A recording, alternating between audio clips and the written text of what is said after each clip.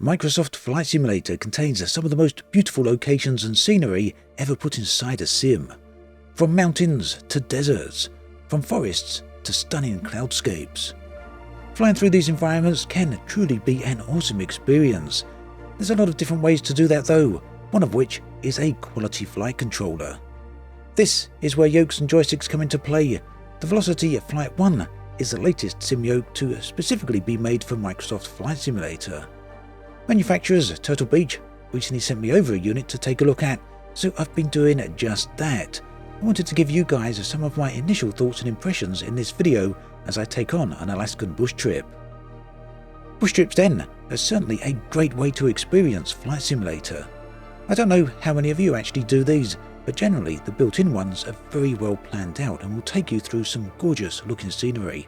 The ones in this video are from the Alaska trip, which you can find in the Bush Trips menu. So, the Velocity Flight. It released in November and immediately went out of stock in many locations due to high demand. It's priced at a fairly hefty £350 in the UK and $380 in the US. It comes with both the yoke itself as well as the throttle quadrant. By comparison, Logitech's yoke and quadrant can be obtained for around £140, whilst Honeycomb's cellular yoke and throttle quadrant for around £260 each, making for the total purchase of that well over £500. Price-wise then, the VelocityOne Flight is at the higher end of the market, but by no means at the very top. What you get for your money though is a unit that is extremely well built, and this was immediately apparent to me from the moment I lifted it out of the box. The yoke itself attaches very securely to your desk with the included brackets built into the unit. These can be tightened with the included Allen key, and you'll find that very little pressure is required to get a good fit here. Now, generally speaking, I use a joystick to fly in Microsoft Flight Simulator. Most of my time is spent with the Thrustmaster Airbus stick that was released relatively recently, I think last year actually. I also have a Warthog and a Thrustmaster T-Flight as well. These all do a very decent job with the planes, but the Velocity Flight 1 takes flying planes to a completely different level. Now, what I've really enjoyed so far is the subtlety of the required input. The motion of the yoke itself has a good amount of resistance. It also springs back into the center position very naturally. What I like here though, most of all, is the way the planes respond to the input from the yoke. It's very easy to get perfectly fine levels of maneuverability, and here, specifically, it easily outshines my 3 joysticks. Although that said, to be perfectly fair, I don't actually have any other yokes on hand at the moment to do a direct side-by-side comparison. At any rate, if you're wondering where we are here, there's some absolutely gorgeous footage right outside the plane here, some lovely scenery. The airport I took off from is Cape Field at Fort Glen, and we're flying over the Okmok caldera. Now this is an active volcano. I believe it last erupted in around 2008.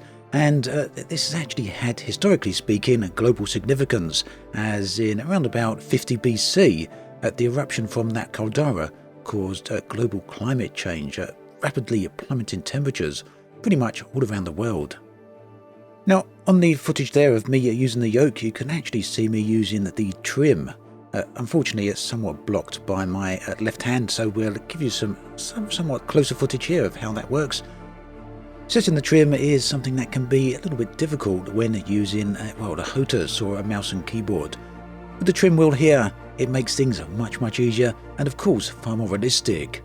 In terms of the VelocityOne, the trim wheel has quite a bit of resistance on there, so it's not a loose feeling wheel, it does have some resistance there, which makes it again very nice to use. And if you're a little bit new to this, if you need a little bit of training perhaps, you can use a display on the yoke that will let you know when the trim wheel has returned to the center, and you can see some footage of that right here. In fact, this screen is very useful, especially if you're still in training, or if you perhaps don't have a particularly great memory, a bit like me, and forget a lot of what the inputs are on the yoke. So if you set the training option here and then use the yoke, it will give you some feedback telling you exactly what each button and what each axis will do in the sim. Very useful. As you can see, we are coming up to a runway here. Again, this is on one of the legs of the Alaskan bush trip, and actually I forget which leg this is just off the top of my head. I recorded this a few days ago at this point.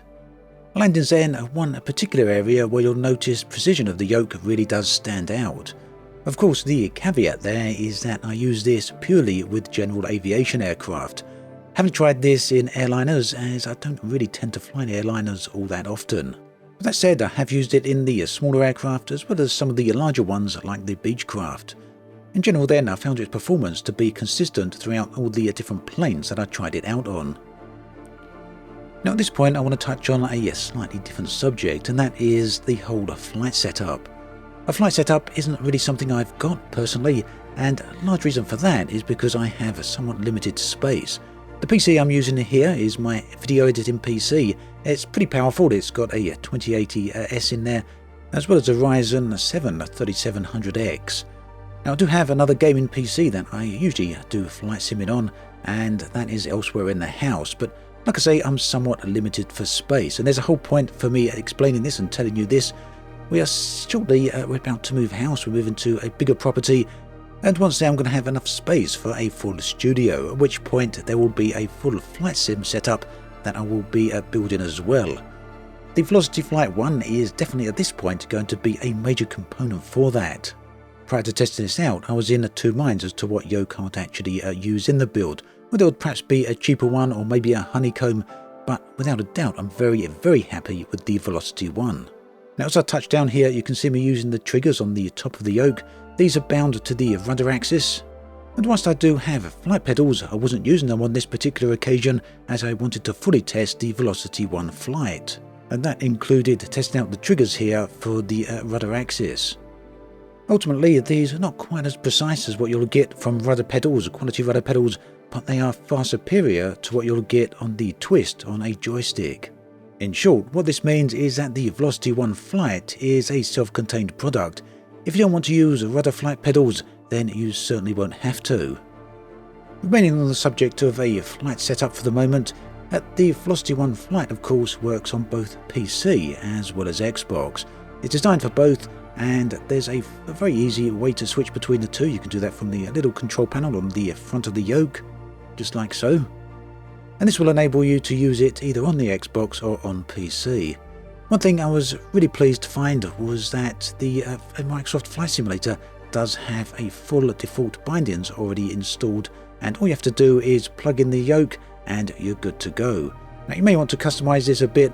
Personally, I didn't want to do that. I was very happy with the default settings, and this because they seem to be well thought out and just make the whole process that much easier.